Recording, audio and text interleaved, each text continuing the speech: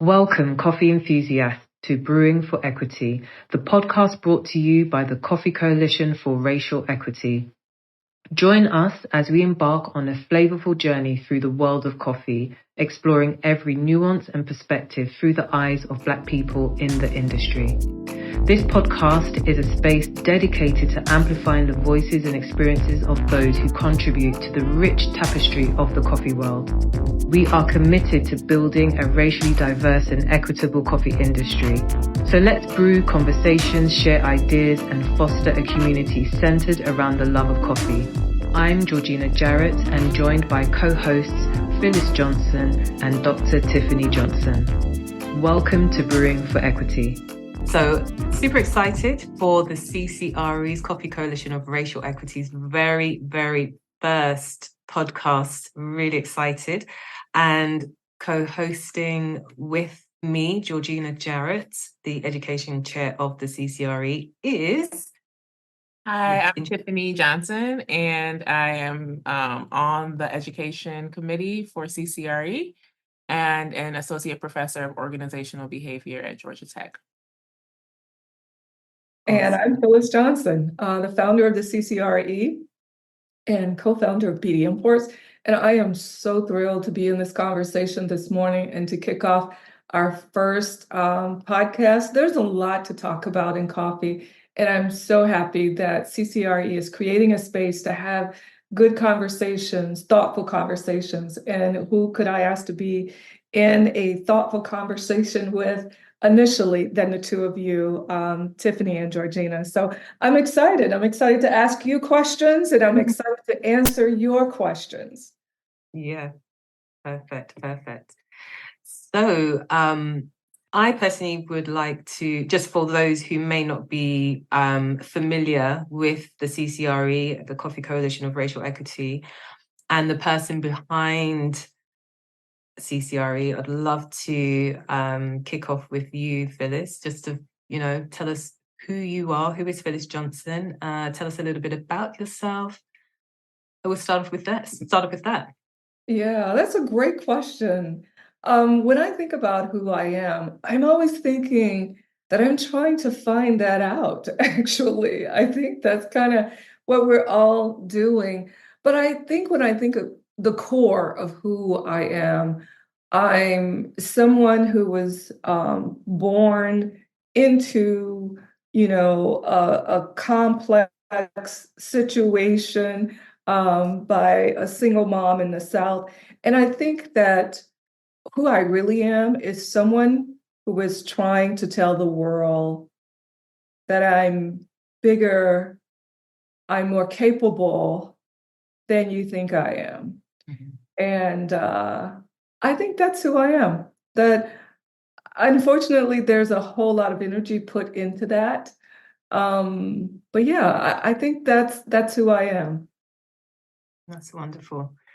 And of course, that energy and that the person who you are, went on to found the CCRE. So could you tell us a little bit about the CCRE, share maybe some of the inspiration behind your social impact organization and its mission? Yeah. The Coffee Coalition for Racial Equity was born in 2020, right after writing the open letter.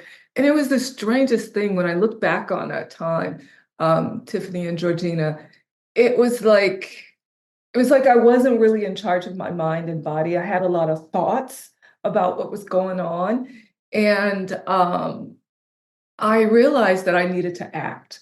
And it was almost like I didn't want to act. Have you ever had these like out of body experiences where something is pushing you to do something, but you're like, I don't want to do that. I don't want to. I know I have a lot to say, and I'm just going to write it on this pad. And then I'm going to call up some of my friends and I'm going to present this open letter, right? And, the way it looks now, as you look back on it, it looks like a very well organized, thought out process. But that's not how my life is. My life kind of feels like I'm carrying something way too heavy and I'm stumbling and I'm falling along the way. And then I'm like, oh, okay, what is that what I'm supposed to be doing? And then I figure that out and I keep walking. And I kind of knew when I wrote this letter invited people to join into some work. And I wasn't even sure as to what that work was. And even did I want to lead that work and what prepared me to lead that work? And it was something deep, deep within me had those answers, but I did not. It was very foggy to me. But what was clear to me was for 2 decades, being one of the only Black women in certain spaces working in coffee, I knew that something needed to change. I knew it had to change.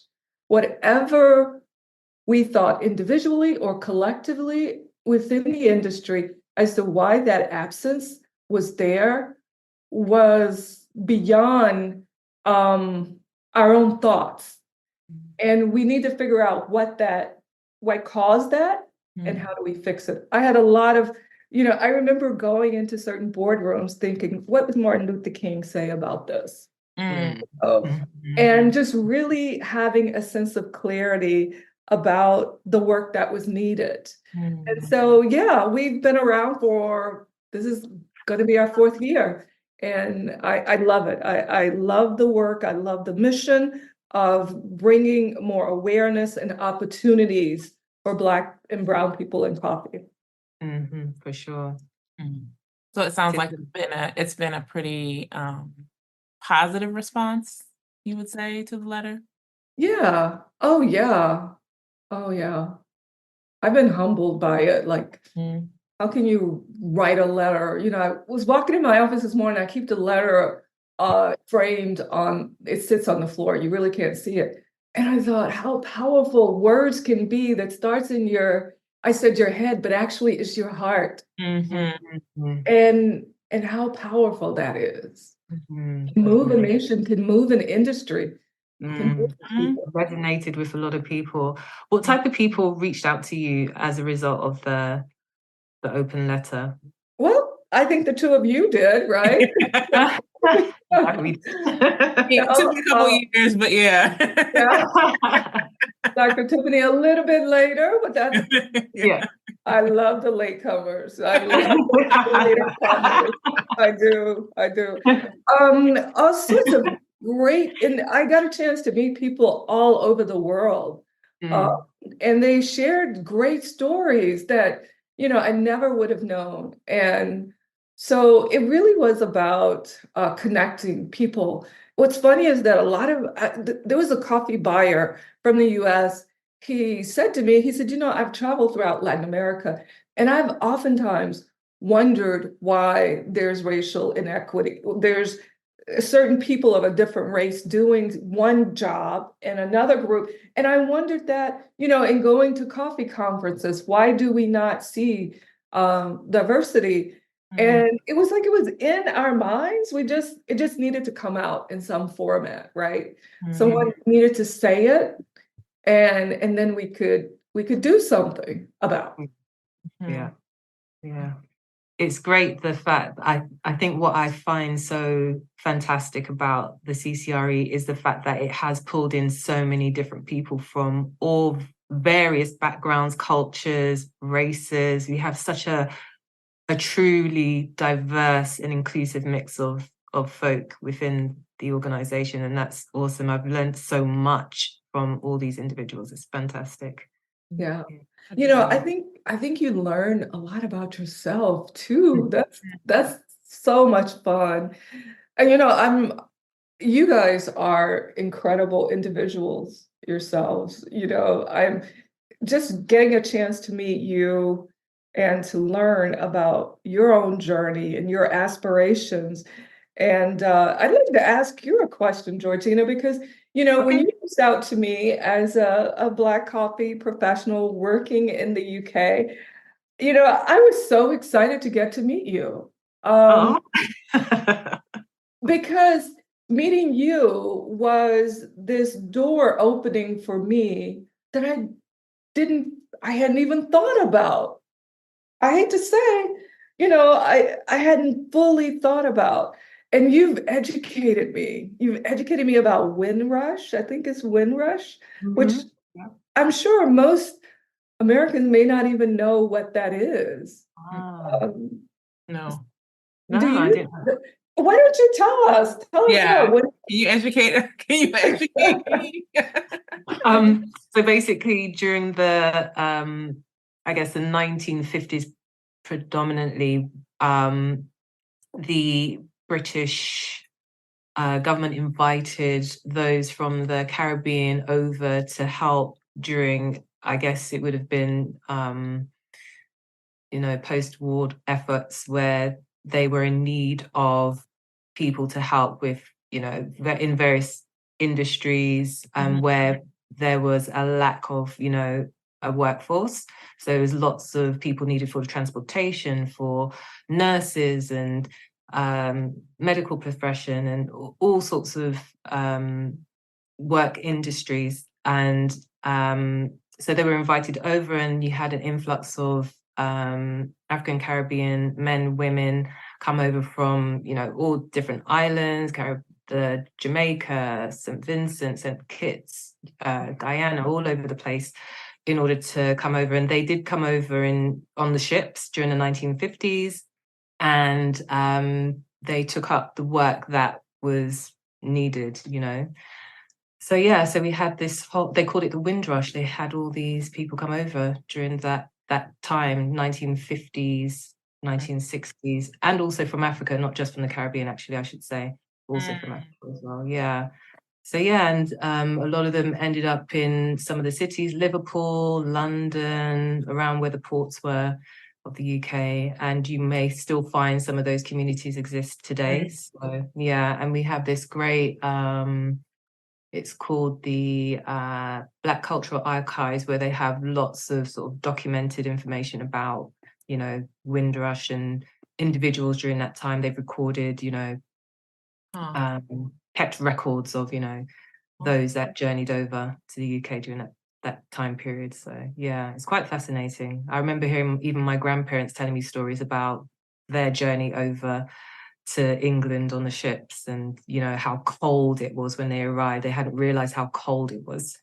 That's what I was thinking. I was thinking coming from like the islands to come to like the UK, just like, the change in weather in and of itself. Like that must have been a really drastic change. Let Real. alone like it's a whole new country, a whole new culture, and whole like all these different policies and probably rules around labor that you don't even know you're getting yourself into. Yeah. And how they were treated as well. Sometimes, they'd come over looking for accommodation, and you'd have a sign that says, no Irish, no dogs, no blacks. So the blacks were even beneath the dogs. Yeah.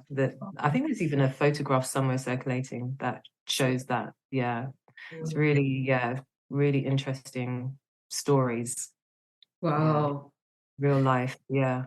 A global history. It's wild to see to be able to compare different countries and to learn about that. Yeah. And also their how they manage to bring over their family, once they arrive, sometimes they'll send over for their families, their children, all that kind of stuff. It was not easy for them. It was very difficult. A lot of challenges for them. Wow. Yeah. Wow. That sits on my heart.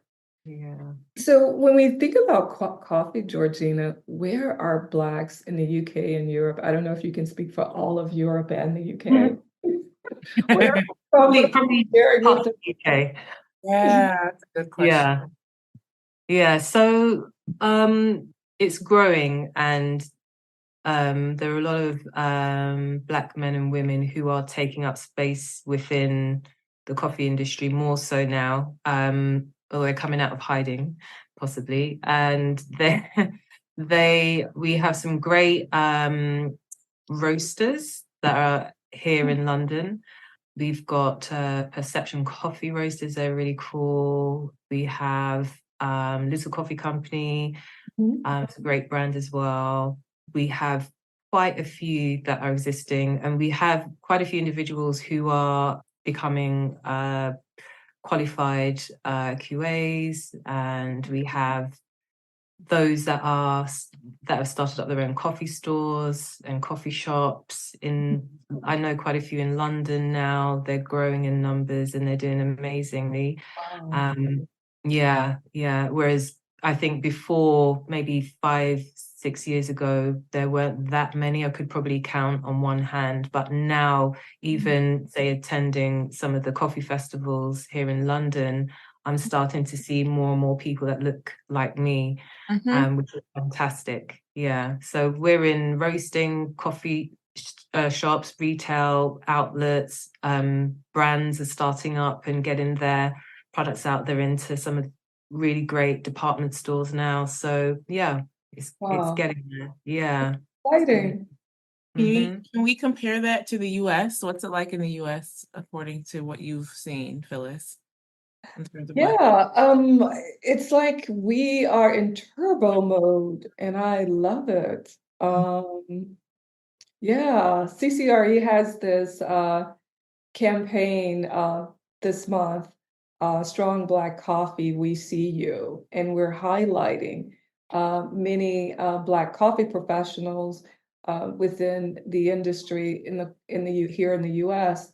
And so, yeah, we're seeing so much activity in this space. Just being able to take advantage of technology and some of the roadblocks have been kind of lowered, as far as, being able to roast. The pandemic told us we can buy things online as well as Amazon. So instead of going to your, to the grocery store, to the, brands, we're able to, buy coffee from folks that we align in values with. So I like that. And I think that there's something to this global coming together. I'm sorry, I'm a community organizer by heart. If you really want to know, I love putting people together to get work done that nobody believes that it can be done. And it would be really cool to have the Black coffee professionals from the UK aligning with the Black coffee professionals in the US and Europe. It takes a lot to make it as an entrepreneur, no matter what industry you're in. And sometimes you never know. When I think about what has helped me to make it, it is the relationships, the motivation that I receive from friends and support, family. It's a combination of things. So support is highly underrated. Tiffany, I wanted to ask you, I think, as I said, I think we could have a podcast, and I hope we do have a podcast where both of you are the center of the conversation, because I know that your stories are amazing and what you can contribute to this. You recently finished up an article for Roast Magazine, and I love the title. And can you remind us of what the title is? Can I remind us of it? Yes, I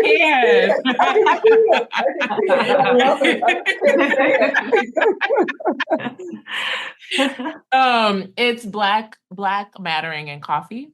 Wow. And it's about our trip that we all took. That's why I got to meet Georgina in person. First time.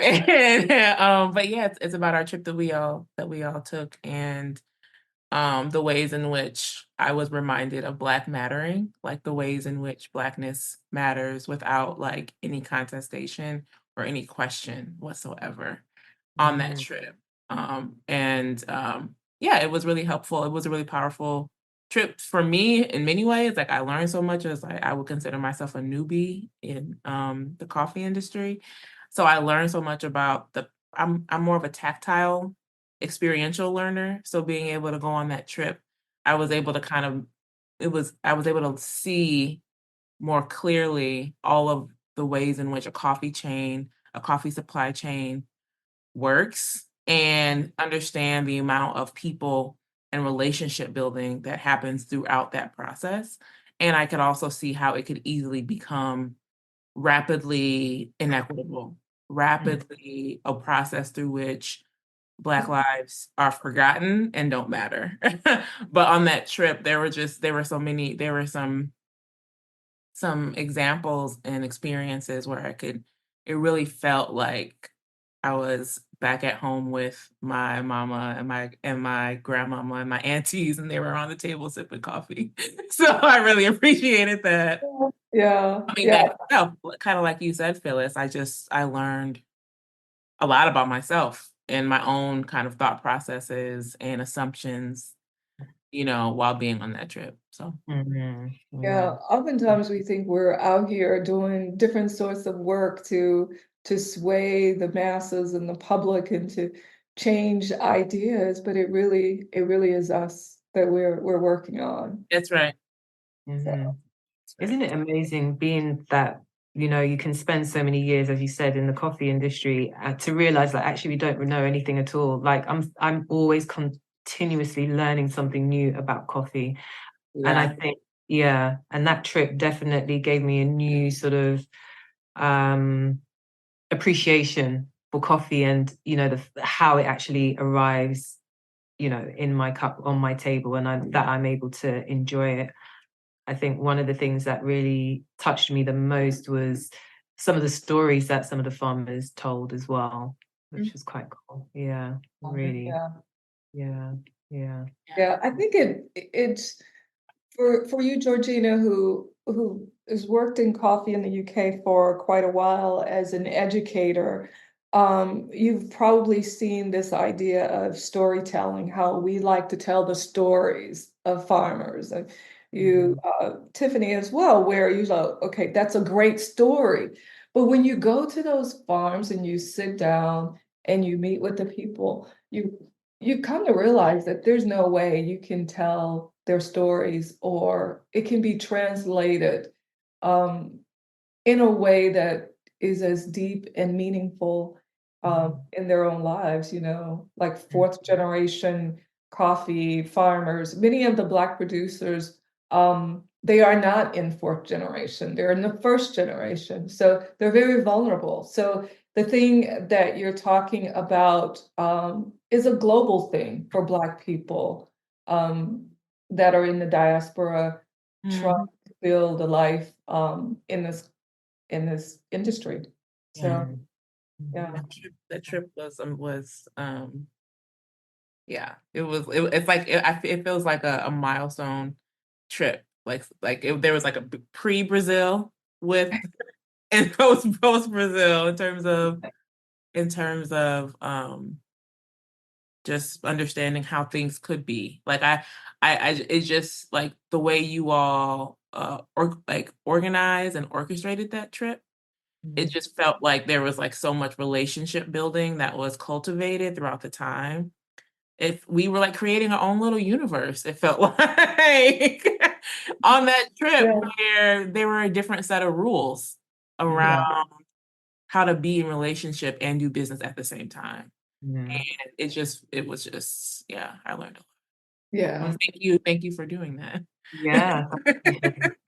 Tiffany, was there a particular poignant moment or particular point of that trip that really sort of stood out to you, or really, if you could name one part of the trip that Yeah. really stood out to The you? one part that sticks out to me, which is what like that article that Phyllis kind of guided me and helped me in writing, was the story was when we were asked to also share our stories.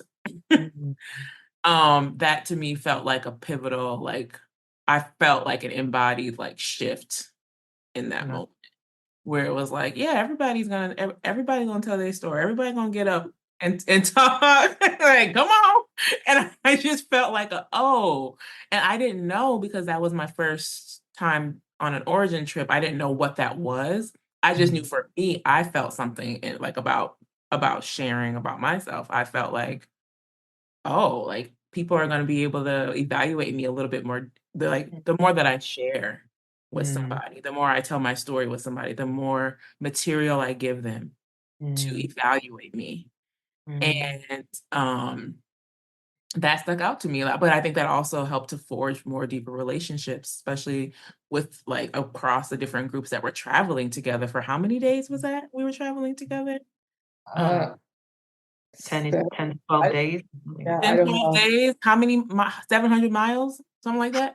Yeah, no, it's a bit It was like a real life experience, so I think that was like so the like mutual storytelling really stuck out to me. But what about y'all? Anything that stuck out to y'all on the trip? I I I just centering Blackness in the trip and watching how everyone responded to that was interesting to me. Watching the dynamics of having, men who are roasters and used to, kind of being in charge. How were they going to respond to a woman-led trip? Right. So there were a lot of dynamics going on. We even talked about how the driver of the van for the Black producers, someone said that they thought he was a bit disrespectful to the folks, and I didn't dig into that further.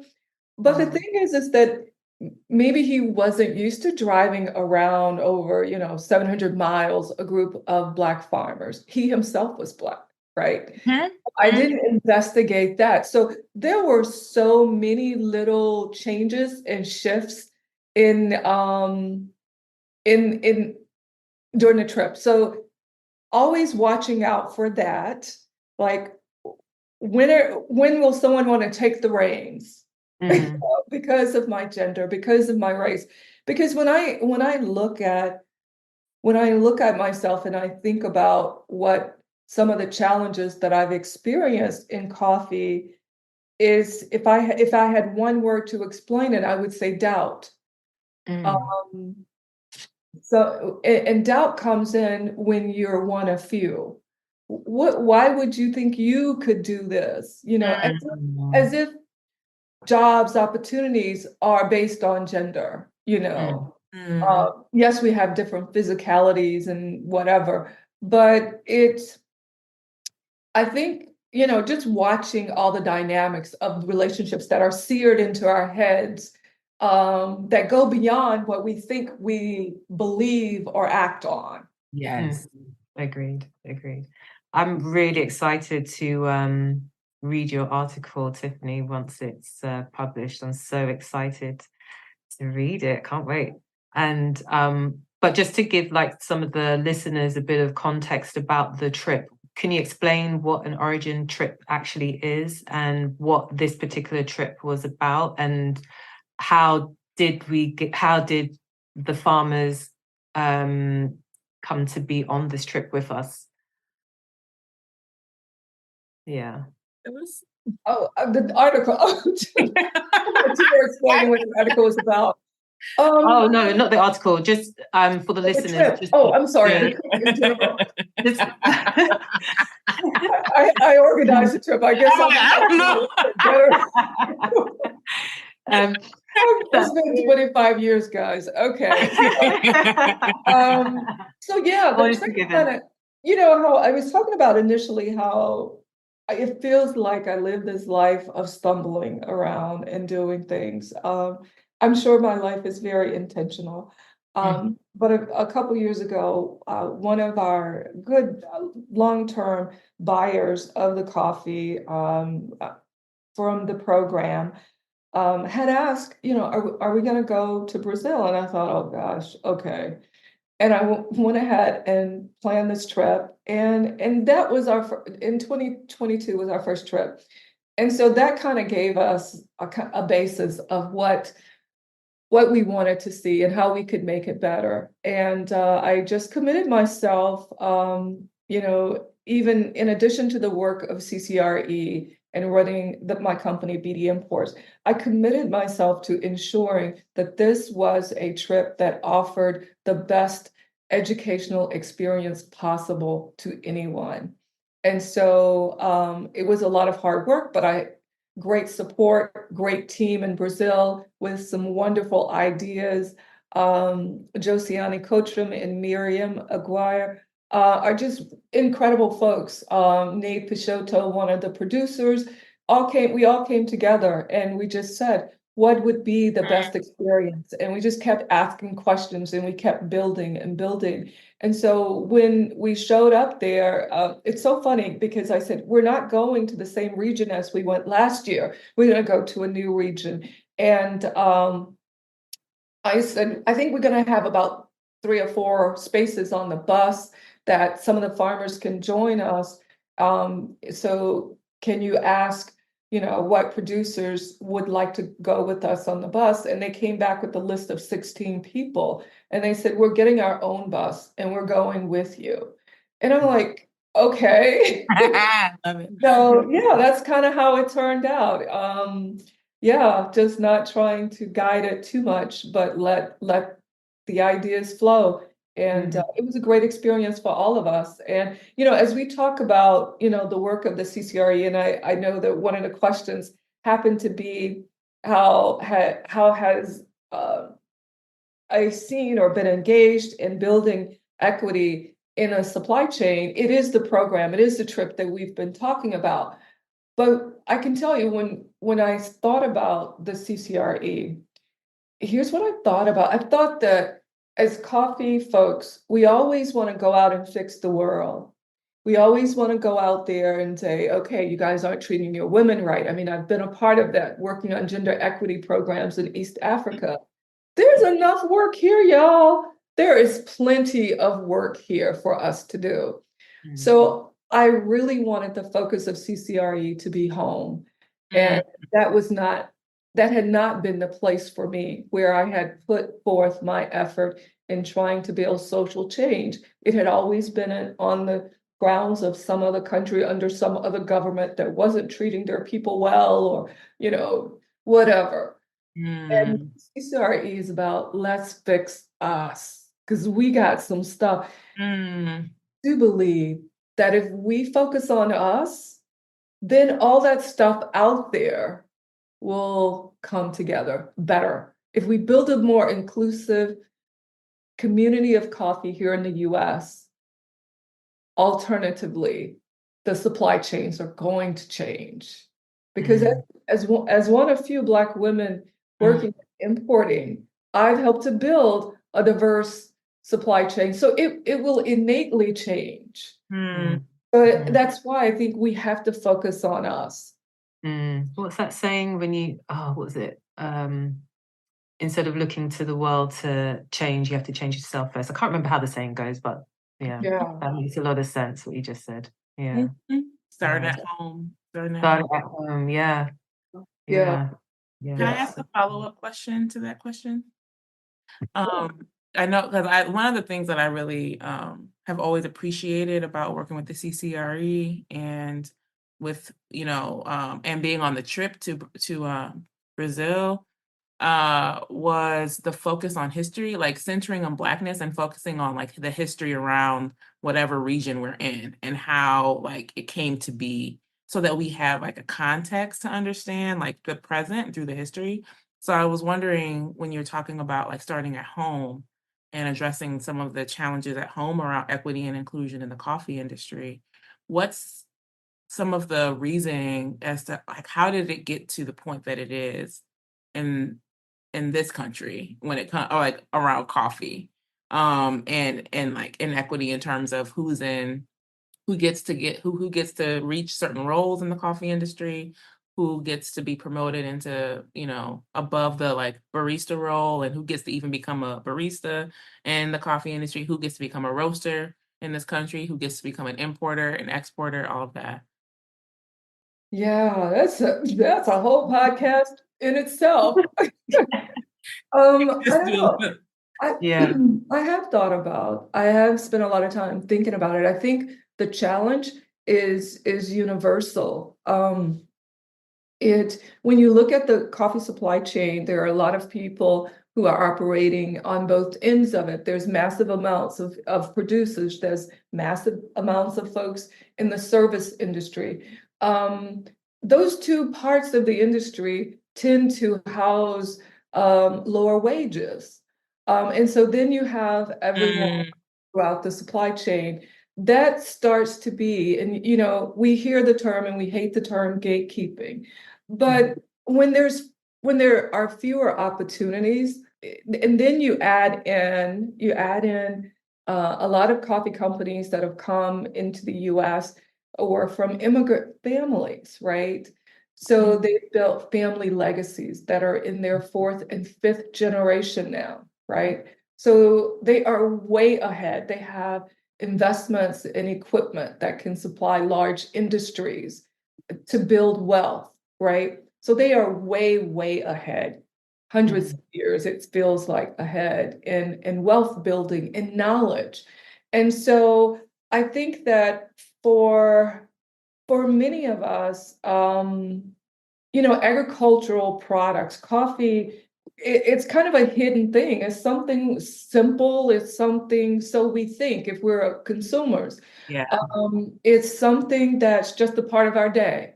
And if we don't see representation in coffee, then that makes it even more hidden, because it's just something that somebody is doing out there. Just let me pull it off the shelf or buy it from someone. So I think this hidden part of the supply chain. I lived in a city for 20 some years, and as I was getting ready to leave, I was getting an award by the community center. And when they called me up on stage, they introduced me as a coffee shop owner. And these were people who were my friends. And I'm like, I'm not a coffee shop owner. You've never been to my coffee shop. I'm a coffee importer. So this whole idea, 20 years ago, I have this photo of standing at this dinner party, and I was talking to this economic development guy in my city, and I was telling him about the idea of coffee, and he said, Black people don't drink. You're not going to be that successful because Black people don't drink a whole lot of coffee. So there's this idea. I think the pandemic allowed us, and the platforms allowed us, to see each other drinking coffee. We consume a lot more coffee than you would think. And so I think a lot is coming out, and there's a lot of reasons why. There's a lot of reasons why. I have this vision this morning of going to visit a third generation coffee company where there's luxury cars parked outside in front of a roaster, and then going to visit a coffee producer, and they're generationally living impoverished. And so I think, Tiffany, that things will change. I mean, the only thing that I have is my optimism and hope for a better future. And I've had a chance to visit your classroom, and I know that you are giving your students information that will change the way they go into business. When they go into the workforce, they will see things differently. And I'm wondering if you're getting that feeling or understanding that the next generations will see life differently. They are not going to be comfortable living off the backs of other people. And so would you speak to a little bit about what you're seeing in the classroom as a professor at Georgia Tech, or a professor, a researcher, a writer, and a student to coffee?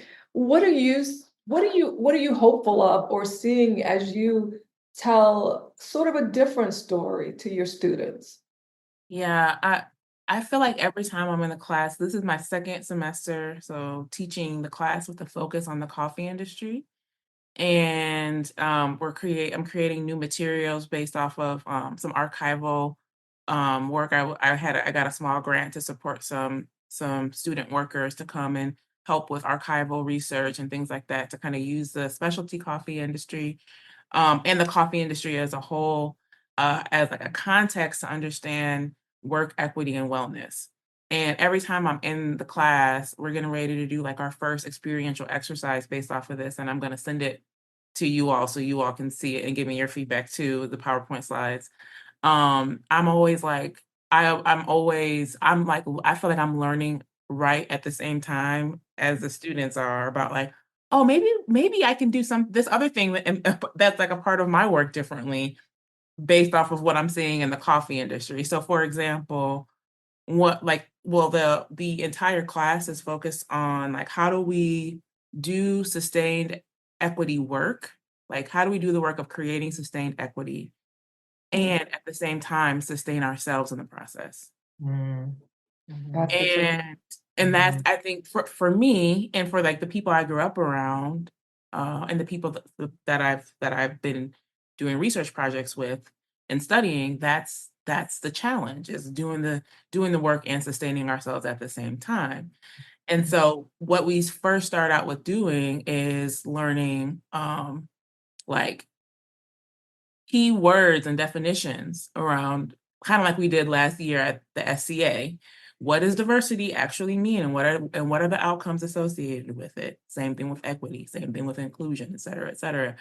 And we also talk about the history, like learning the history of the industry that we're working in. And so our first exercise is kind of doing that within specialty coffee, like looking at a range of specialty coffee companies and seeing like, what are their what is their focus? Is it D? Is it E? Is it I? Is it J? Is it R? Is it B? How do they do it? How do they do it? And all of those stand for justice, belonging, Respect, respect. diversity, equity, inclusion, justice, respect, belonging, right? Yeah. And these are so many of the terms that we hear, but oftentimes we don't really know, like some of those terms aren't really in alignment with each other. Like somebody might want equality and somebody might want equity. They're not the same thing. Right. Because for equity to happen, somebody ain't gonna get the same thing as somebody else, because you're restoring history through and you're like addressing historical barriers.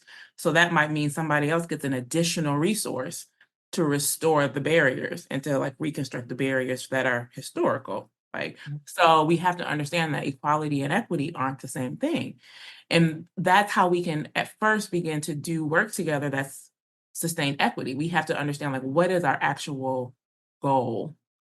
Is it equity? Is it diversity? Is it respect? First, we need to understand that, and then we can, continue down the road, right? And so just by doing the exercise that we're like prepping the exercise for this upcoming week, it's helped me to be clear on, you know, the ways in which I can think about that in my own and other work that, I'm doing. I think the coffee industry offers so much, especially specialty coffee offers so much around that, because there's so many organizations that are trying to do this work. So we can learn different ways to do it. Like there are so many ways that organizations are trying to do it. And my students are starting to, like the first day that I told them we were going to be focusing on coffee, and I was like, where do you think coffee, like, where what's like the origin, what's like, where does it, and then Colombia, Brazil. And I'm like, well, those are really high producing countries. And, and they're like, what? But because it is an industry that no matter what, you probably have heard of it. Even if you don't like drinking coffee, you know about it. So it's creating, to your question about them, like it's creating an interest because like their interest, because it feels like a more tangible context for them. Like they feel like, oh, I can think about doing DEI work in the coffee industry. I know coffee. I know these companies. I've heard of these companies. And they're able to absorb the information a little bit more and see some of the changes that may need to happen a little bit more clearly than if it were another industry. And they're really excited about it usually. Good. Georgina, I could interview you all day. When you think about where Black individuals are in the UK and Europe, what do you think is going to take to build greater equity and to kind of, build community so that there are prominent businesses, business with staying power, generational staying power. Mhm. Oh, I think it has to be tackled from not just one particular place. I think it has to come from all various directions because, yeah, there's so much that is needed, and the Black coffee community in the UK, it is very small, and we are quite, I guess, spaced out when you think about it. We're not like concentrated in any one, although like London, of course, there are more, more so that are known than those that are outside. But I think we need to connect more, network more with each other, reach out to each other more. We have started a group, myself and two others. We did start very first people of color, Black and brown people in coffee cupping social event last year, which was really, really good. It was very successful. The feedback that we got from the individuals that participated was so positive. As a result of that, we have now come together as individuals in various sections of the coffee industry. Some of us are roasters, some of us are brand owners, some of us are teachers, educators, some of us are doing other roles within the coffee industry. And it's been great to have that sounding board to, bounce off ideas, thoughts, challenges, solutions, if we can. And I think more of these sort of gatherings would be great. Possibly more access to resources would also be great. Also, I think more outreach work to some of the education sort of institutes that are out there when it comes to the career paths into coffee. I think that's something that would also help the industry, because I find that there are lots of students out there, all as the information that they have as far as careers go is what they see when they come across, some of the high street coffee companies, and they see the barista behind the counter, but they're not aware of all the other roles that are involved, so I think that could also be very, very helpful as well, because I have found when speaking to some of my trainees, once they become aware of all these amazing roles that they can do, they're like, oh wow, I can actually see myself doing that. And I think they just need that. They just need to have access to that information and have some guidance as to which way to go, because as you know, in coffee you can start off at any particular level and you can make your way through. You don't have to have a specific pathway through to a particular coffee career. So yeah, there's so many things. I could go on.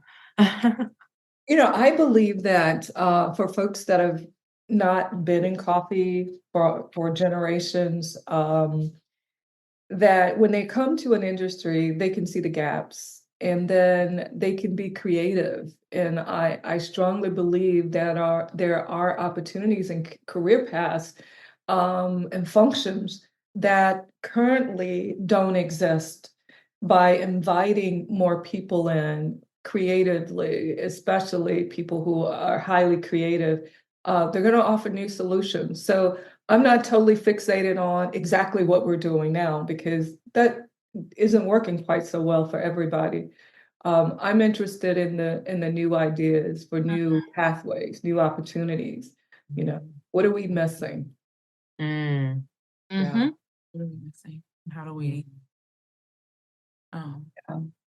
One thing I believe we have to be mindful of, we talked about the use of technology has opened the door for more opportunities and a more diverse industry. But at the same time, I think it's so important for CCRE to exist in order to ensure that we are writing our own contributions. That's Because right. there are no contributions from the past. You know, this is Black History Month. And other than Rose Nicod, who bought her way out of history, Kaldi from Ethiopia, I'm at a loss to give you anyone who is Black, who contributed to coffee in a meaningful way. So we are always talking about the folks of now, which is great. You know, I love being called out during Black History Month by my coffee friends, and I love being recognized. But I think it's sad that we as an industry can't really identify the contributions of Black people in this industry beyond production, beyond, you know, someone fighting for their freedom out of enslavement. And we have to make sure that we write those stories, we tell those stories, we're part of the narrative, and that, you know, I hope that CCRE will stand for that, that we are highlighting the contributions. It's important because going forward, the staying power, the entrepreneurs who will step forward will do that if they see people that look like them. Yeah. That's I feel like that like resonates so well, so much with me, and it goes back to what Georgina was saying about like just by showing people, look what's possible. Look at all the different roles that people play. I had no idea. I found out last year because you all told me. I was like, what? I'm like reevaluating my whole life. Like, I could be doing. I mean, it's hard, so it's not like I just think I could get up and do it. But I also felt like, wow, like imagine knowing that this was a possibility at, 18 or 15. You know what I'm saying? It could change so much. It could change of the way that kind of like what you're saying, Phyllis, the way that the industry looks.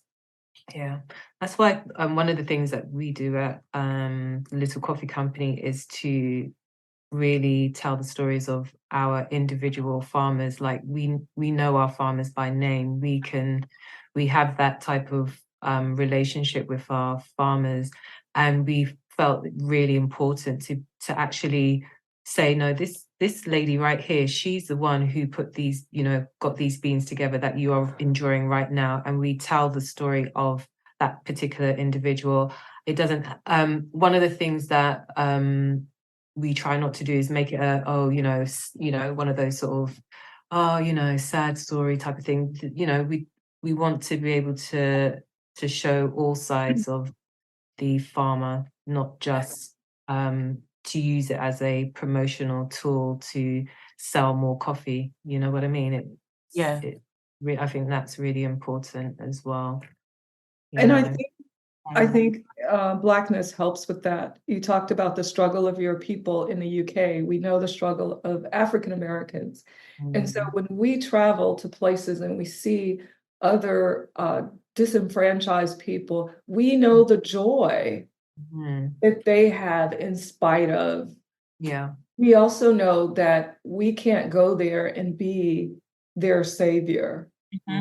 Until we showed up. So the narratives are going to be different. So you talking about how you handle your marketing at the Little Coffee Company has everything to do with who you are. That's right. And the owner, right? Who is, from the island. So that's the value in bringing more people to the table. Respect. Yeah. Dignity, exactly. Yes. Yeah. You can't take anybody's dignity. We should not feel that we own that power. That's right. That's right. Yeah, I love that. Me too. Yeah. I have a question. Sure. It's actually Georgina's question, so I don't know. I'm looking at it and I'm like, can I ask this question? Uh-oh. Georgina, is that okay? Do you mind? Yeah, go for it. It's the question about business and impact, profit and impact. Yeah. And how to balance it. How have you two, like, I'm curious about how you worked with that, Phyllis, because I think that's a question that I get from students a lot. It's like, yeah, I think it's a worthy cause, but what if it ain't gonna make me no money? Oh, that's a great question. And I'll say briefly, what I found in those situations is that it always gives you a chance to come back to, is this what you really believe in? And this is contra to business, but I'm gonna say it anyway because it's the way I run my business. It's based on faith. And when you're running a business that has a social impact, there is constantly, it's almost constantly like the universe is saying, but are you serious? Because you have these situations that come up where you are just like, well, okay, if I do this, then I'm not gonna have enough, or this isn't beneficial to me. And I can tell you, I've survived in some cases deciding that this is what I'm going to do regardless. Because if you make the decision, if you think that it's right, if you believe that it's fair and it's right to do what's right, you will do it when it's hard. And so for me, there's a constant, yeah, but okay, what are you going to decide here? What are you going to decide here? And I've had to go back, because it's so easy to do. Someone said to me the other day, we need 5 cents a pound less for our coffee. I went straight to the producer. I'm laying in bed and I send a text and I said, why did I do that? No, you get none of that. We're going to distribute that this way. Because it's a natural thing to push down those who you think you can push down, and we all do it. But it's learning to come back, and it's learning to have faith that what you believe, what you're standing on, works. And if you believe that, if you're switching back and forth, then you don't believe it works. Okay. Yeah. I think it's got to do with mindset as well. I feel like we can make profit and have impact at the same time. I don't feel that because you want to have a social impact company or business that means that you can't then live for yourself. We still have bills that we need to pay, and we also, maybe if we have a workforce, we also have to think about our workforce as well. So I believe that it's coming out of that scarcity mindset and knowing that we are living in an abundant world and that everything we need is actually around us. It's just about, I think, using the resources that are God-given to us in the proper way, not be wasteful, not be greedy, not be, I think it's just like, we have to have like this whole shift, although it may be idealistic at this time. I do believe that we can be profitable and make impact at the same time. I feel like some of the businesses that I've seen, I feel like we're moving more into a more feminine way of doing business. It's not that kind of hard masculine type of, way of doing business. I feel like we're being more intuitive when we do business these days, or that's what I'm starting to see. And I feel like that's come with that shift in mindset, in that we can build a great business, we can work with people we like, we can, we can make the decisions to lead our business in a more sort of have more morals and just do things in the correct and right way. And I think, profit and impact can go hand in hand. Yeah. It's not easy though. It's not easy. Yeah. No, it's not easy. Not easy at all. I'm not saying it's easy at all. Yeah. But Yeah. I believe it's possible. And there are businesses out there that have demonstrated it quite well. So yeah, it's possible.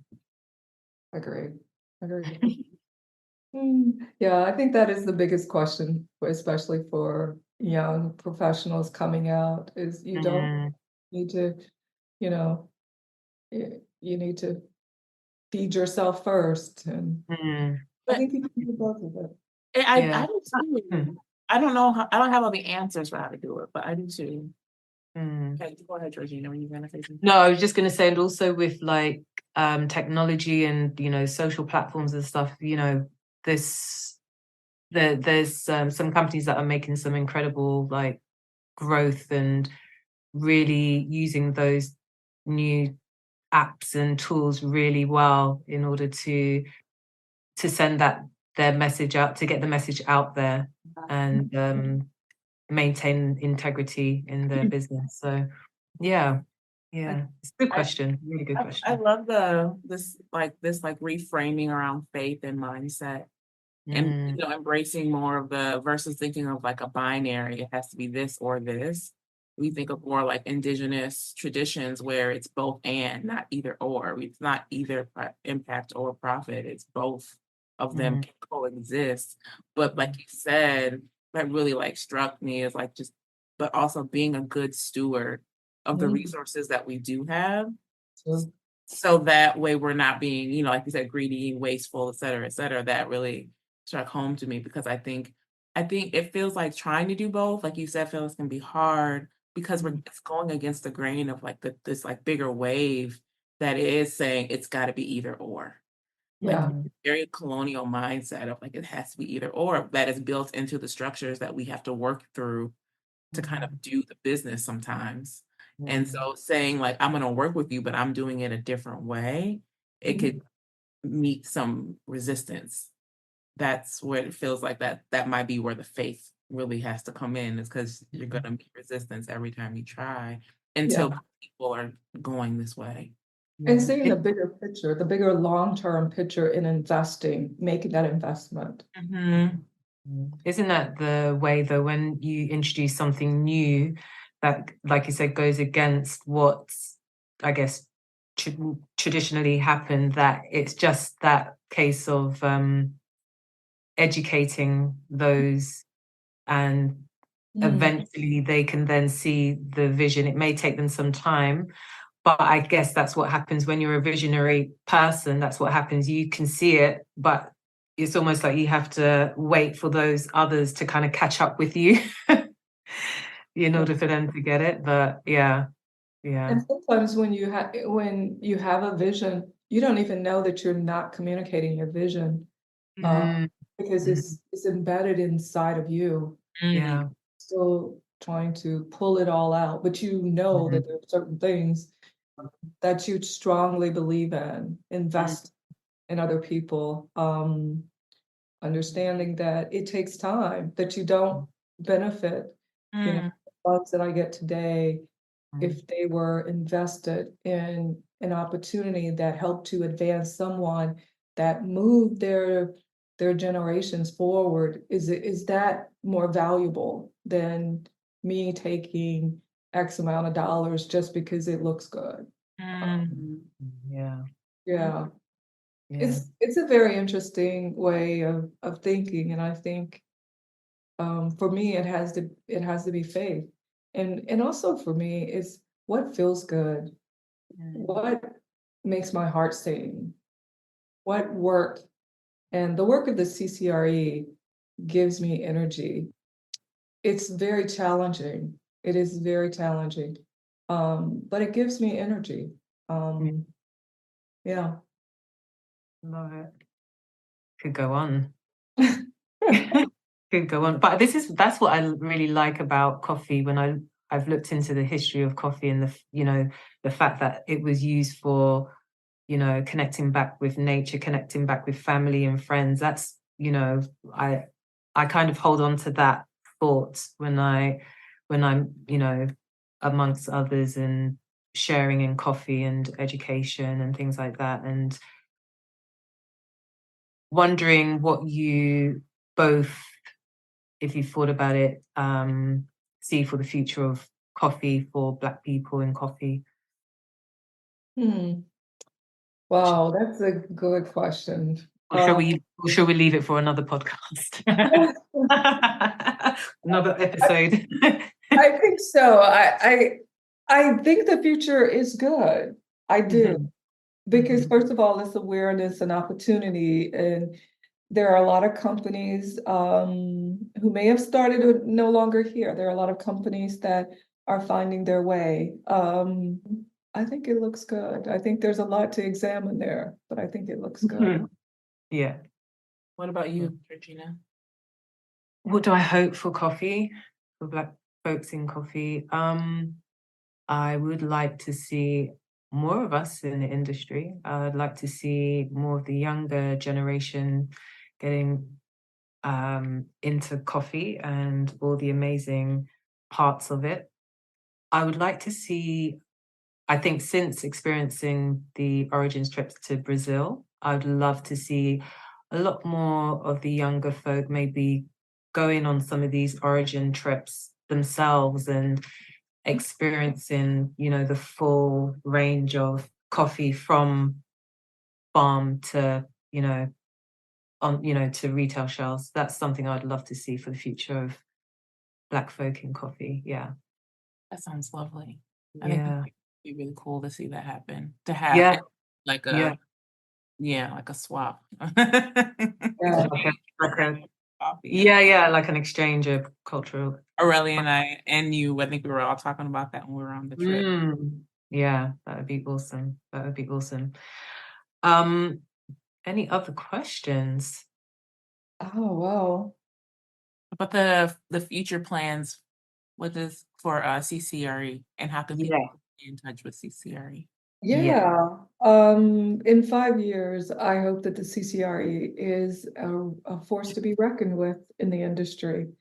And by that, I mean stable, strong organization where we have, programs that individuals can partake in to advance.